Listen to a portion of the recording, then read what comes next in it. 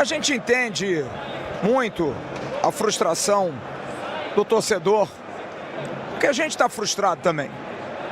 Não posso negar que é para mim um sentimento muito ruim. Mas acho que a gente precisa ter um mínimo de equilíbrio, mas também a gente precisa compreender que o torcedor do Vasco não tem mais paciência para esperar. Talvez tenha sido, diante de tantos anos de erros, de derrotas, de decepções, uma decepção grande para o torcedor, talvez a maior que o torcedor do Vasco teve, mas saindo de uma disputa de títulos. Acho que a gente precisa botar na balança algumas situações, porque o que a gente vivencia hoje aqui no Maracanã é algo que a gente não tinha mais vivenciado. É um prazer? Claro que é. Estar aqui é muito bom. Fazer o trabalho que a gente fez é muito bom. Mas a gente que fala de um clube inchado, a gente precisa vencer, a gente precisa ganhar.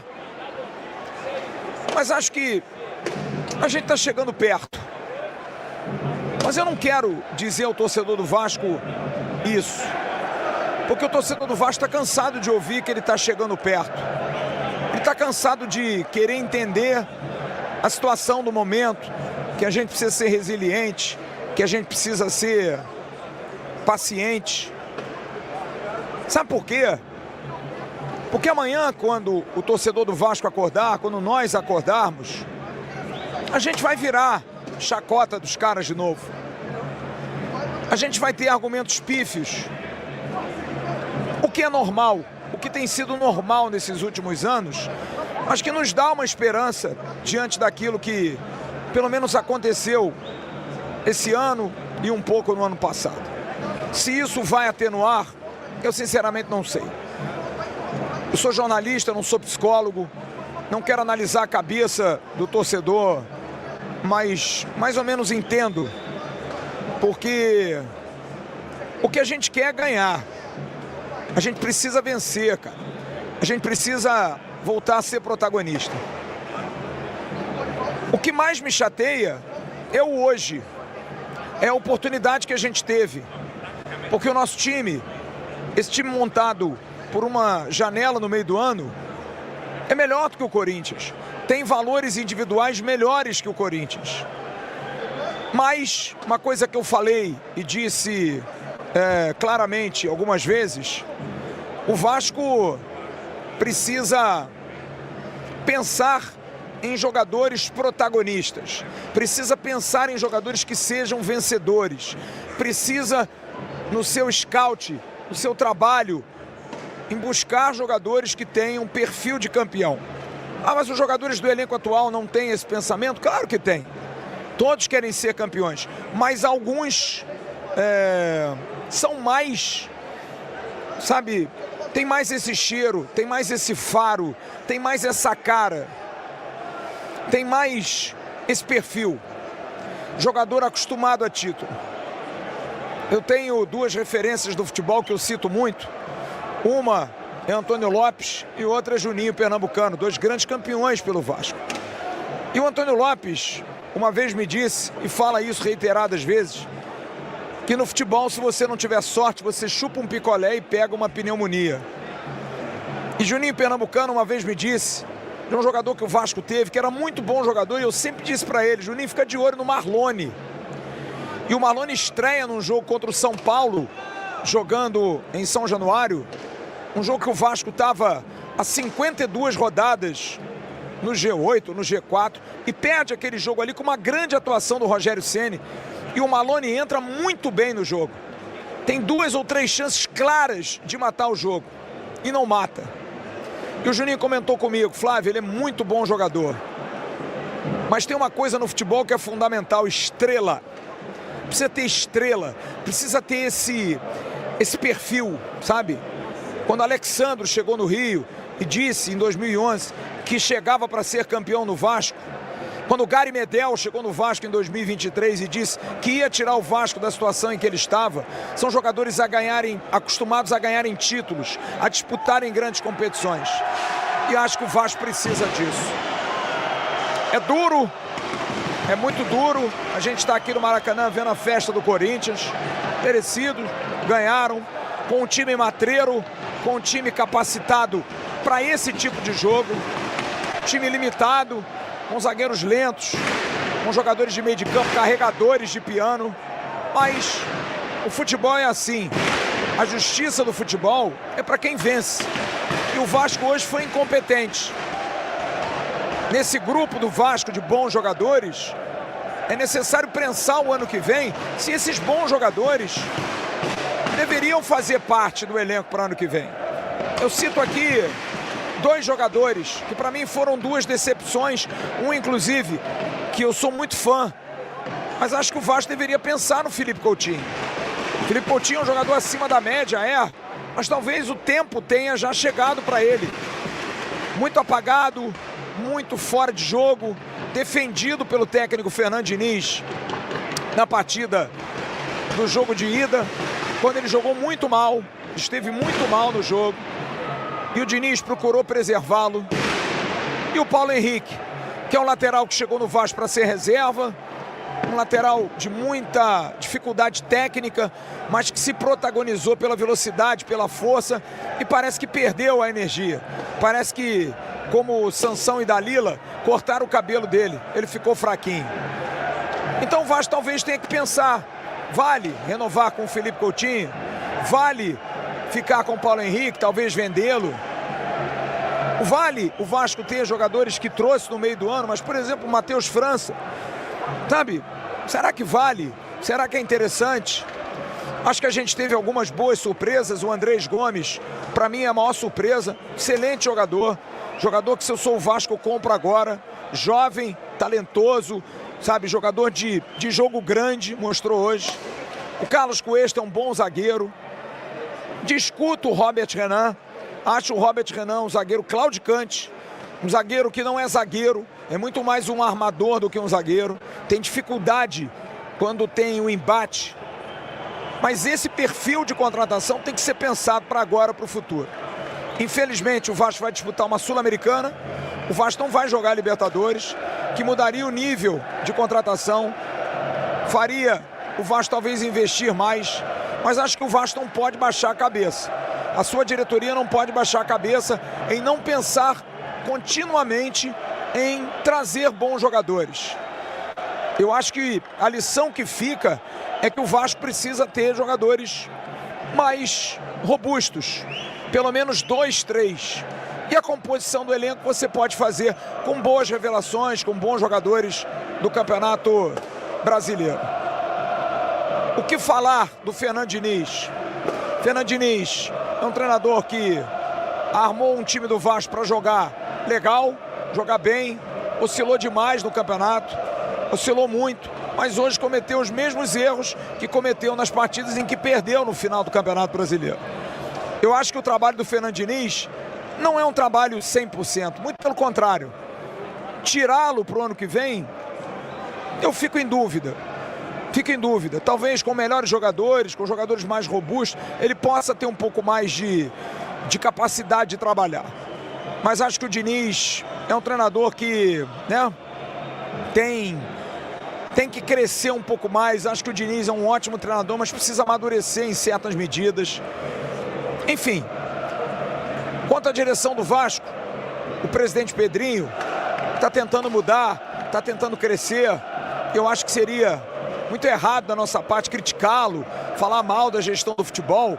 Os erros, todos sabemos, aqueles que o Vasco faz, aqueles que o Vasco comete no seu departamento de futebol, talvez com erros num primeiro ano, com 2 janelas patéticas, sabe? O Vasco hoje morreu com um jogador no banco, foi contratado no início do ano por 3 milhões de euros, que é o Benjamin Garré, que hoje apareceu porque o Matheus Carvalho machucou. Mas eu acho que não dá pra gente fazer uma crítica velada, absolutamente velada, à direção do Vasco no quesito melhorias. Houve uma melhoria de chegar a uma final.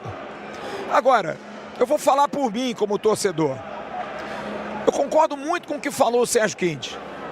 Porque apesar de ser mais velho, apesar de ser um vascaíno de muitos anos, eu não gosto de perder.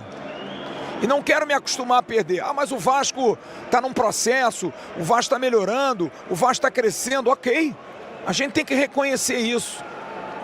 Mas porra, não dá para ver a gente triste de novo. Não dá para ver crianças e jovens decepcionados, chorando. Não dá, cara. A gente não pode passar por isso. A gente não merecia o que está acontecendo hoje aqui no Maracanã. Esses jogadores tinham que dar mais. Esses jogadores tinham que brigar mais. Esses jogadores tinham que estar com um time mais bem montado. Sabe, eu estou muito triste. Estou muito triste. Pela minha filha, pelos meus amigos com filhos pequenos, parentes, gente que parou para ver a gente, para torcer. Gente que manda mensagem carinhosa. Estou aqui torcendo por vocês. Estou aqui junto. É duro, cara. Eu acho que é uma dicotomia. O Vasco evolui, o Vasco melhora, o Vasco cresce. Sim, sem dúvida. Mas não dá para tirar do sentimento do torcedor a frustração. Porque a pergunta que fez o Sérgio Kind é a pergunta que faz o torcedor. É a pergunta que eu faço. E eu posso me travestir disso porque eu sou mais velho. Quando que a gente vai voltar a vencer? Quando que a gente vai ter uma oportunidade dessa de novo? Ano que vem? A gente não sabe. Porque o Vasco é uma gangorra. O Vasco não tem uma SAF, o Vasco não tem privilégios financeiros, o Vasco enfrenta um adversário que tem 2.700 de dívida e que ganha. Um time que não paga ninguém, um time que o presidente foi deposto por conta de corrupção. E aí você passa a se perguntar, porra, universo, caramba, papai do céu, o que a gente precisa fazer? A gente é tão correto, a gente é tão direitinho, a gente tem que ser sacana, a gente tem que ludibriar alguém, a gente não tem que pagar ninguém, a gente tem que passar a perna em alguém, a gente tem que contratar e não pagar. A gente tem que ter uma intervenção, sabe? É um sentimento de inveja, um sentimento ruim, porque a gente vê um clube como o Corinthians, um clube que é um barril de pólvora, ser campeão dentro do Maracanã. Tivemos hoje aqui 67 mil pagantes, talvez 62, 63 mil vascaínos, que não mereciam isso. Talvez eu chore em casa, talvez eu não chore. Talvez eu fique no luto, porque é um luto que a gente vai comer. O meu Natal vai ser ruim, o meu Ano Novo vai ser ruim, o final do ano do torcedor do Vasco vai ser ruim, porque não dá pra gente se abraçar nessa coisa de estamos evoluindo e o processo é assim. Claro que a gente tem que entender, mas não dá pra pedir ao torcedor do Vasco para entender mais alguma coisa.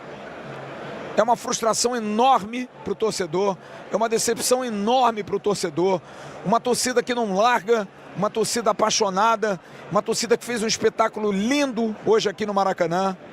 Enfim, é duro, cara, é muito duro, é muito frustrante.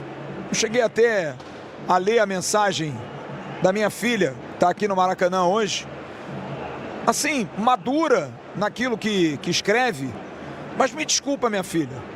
Se tem uma coisa que seu pai não é pro Vasco, é maduro. Eu sou eternamente jovem com o Vasco.